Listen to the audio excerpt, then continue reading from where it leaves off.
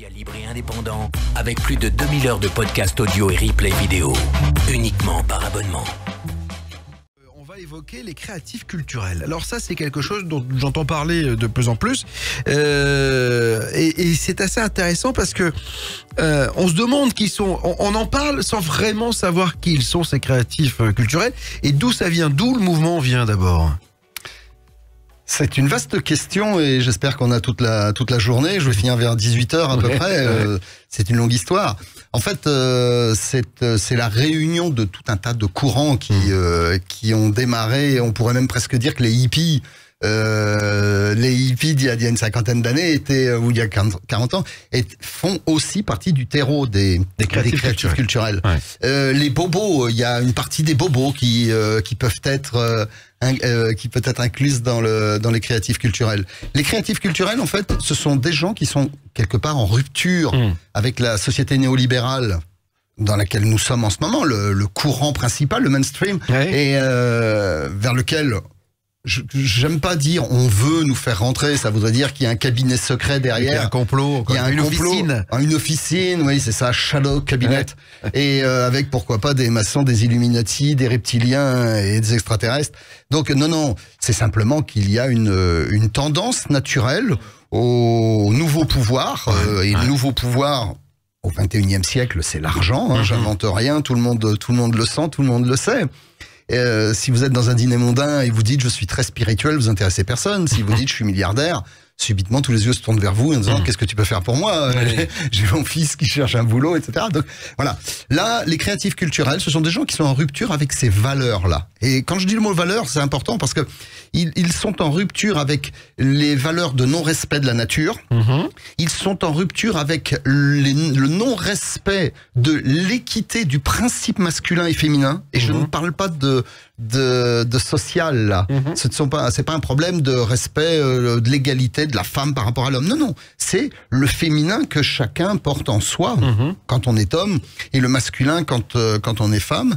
Donc c'est le respect du ce que les Chinois appellent le yin, le yang, le yin étant le féminin. C'est le principe de polarité féminine. Donc les créatifs culturels sont dans le respect aussi du mieux manger, la malbouffe. Ils sont en rupture, ils n'ont plus envie, ils vont de moins en moins remplir les caddies dans les grandes surfaces le samedi. On les retrouve plutôt dans les AMAP, dans les circuits courts, les circuits qui favorisent 3 intervenants au maximum, c'est-à-dire s'ils peuvent aller directement chez le paysan, le producteur. Ils vont chez on peut peut-être citer des enseignes. Oui, bon, Naturalia, Bio c'est bon, enfin toutes les enseignes bio aujourd'hui. Toutes les enseignes bio. Donc ils sont et puis si on les retrouve dans les supermarchés, on les retrouve plus sur le bio. Alors, on peut peut-être penser que ils sont en fait ils sont abonnés à BTLV ceux-là, donc c'est un peu le public de BTLV quand même. Alors pas tous, et c'est pour ça que je suis là aujourd'hui. Alors ce serait bien qu'ils le soient tous parce qu'ils sont nombreux, mais c'est vrai que c'est un peu la philosophie de nos abonnés et la philosophie que nous prenons ici sur BTLV. C'est vrai. C'est vrai que tu as dans ton auditoire, les auditeurs, auditrices et spectateurs, spectatrices, maintenant que tu es en visuel, c'est vrai qu'il y a beaucoup de créatifs culturels. Alors le créatif culturel a aussi une particularité, et c'est à ça qu'on le reconnaît, c'est qu'il est dans la spiritualité et le développement personnel. Et ça, c'est le 4e des critères. Et ce 4e critère est important parce que les créatifs culturels aujourd'hui en France sont 17%, selon les dernières statistiques. Alors, quand on dit 17%, c'est parce qu'il y a une étude qui a été faite il y a quelques années sur les créatifs culturels en France. Il y a une vaste étude qui a été faite entre 85 et 2000 par deux scientifiques du Canada et des États-Unis. Paul Ray, en l'occurrence, c'est lui qui est le plus connu, qui auprès de 100 000 personnes.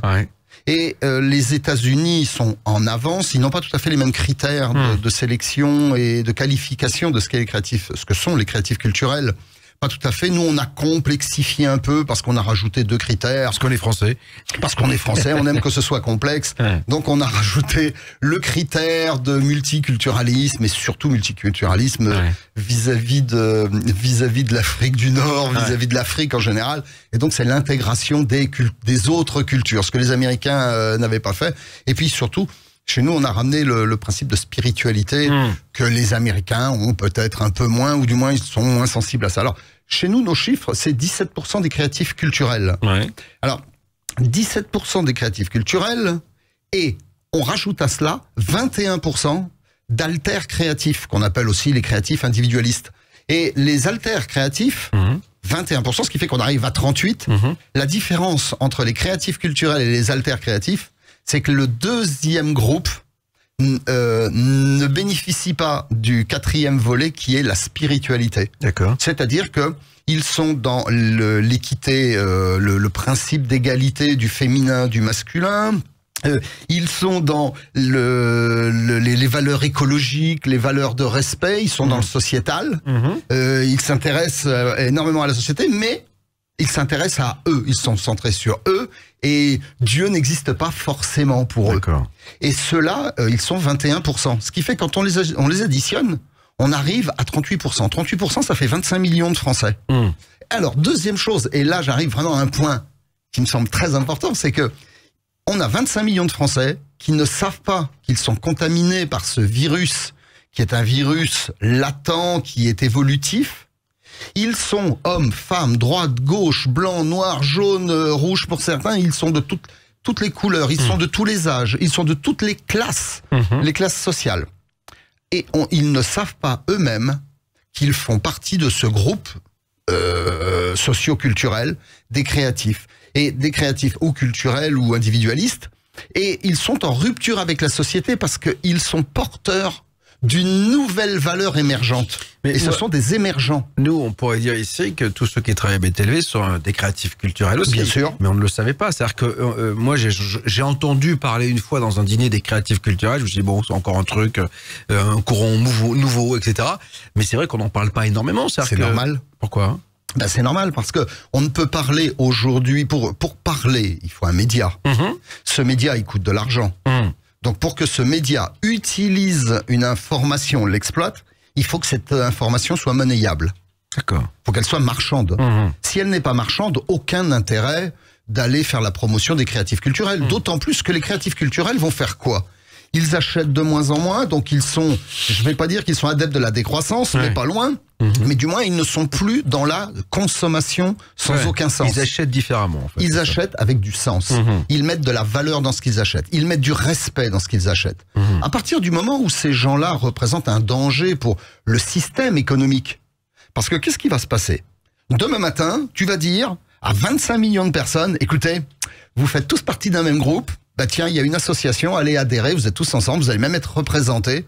Et les valeurs que représentent les créatifs culturels dont vous faites partie vont aujourd'hui être entendues en France. Et bien subitement, il va se passer quoi ? Vous allez vous trouver légitime, vous n'allez pas trouver complètement débile de ne plus aller faire les courses, vous n'allez plus culpabiliser quand on va vous dire décroissance, parce que vous allez dire ben, c'est absolument normal. Oui, ce sera plus un gros mot. Ben, ce sera plus un gros mot, c'est-à-dire qu'en fait, quand on vous dit PIB, vous pensez à B comme brut. Au Bhoutan, depuis 1972, le B de PIB veut dire bonheur. Donc il y a un indice du bonheur au Bhoutan. Eh bien, en France, petit à petit... Vous avez aimé cet extrait, alors cliquez ici pour voir la suite et puis pour nous soutenir, car BTLV est une chaîne libre, indépendante, sans pub, par abonnement. Eh bien, il vous suffit de cliquer ici pour être parmi nous sur btlv.fr.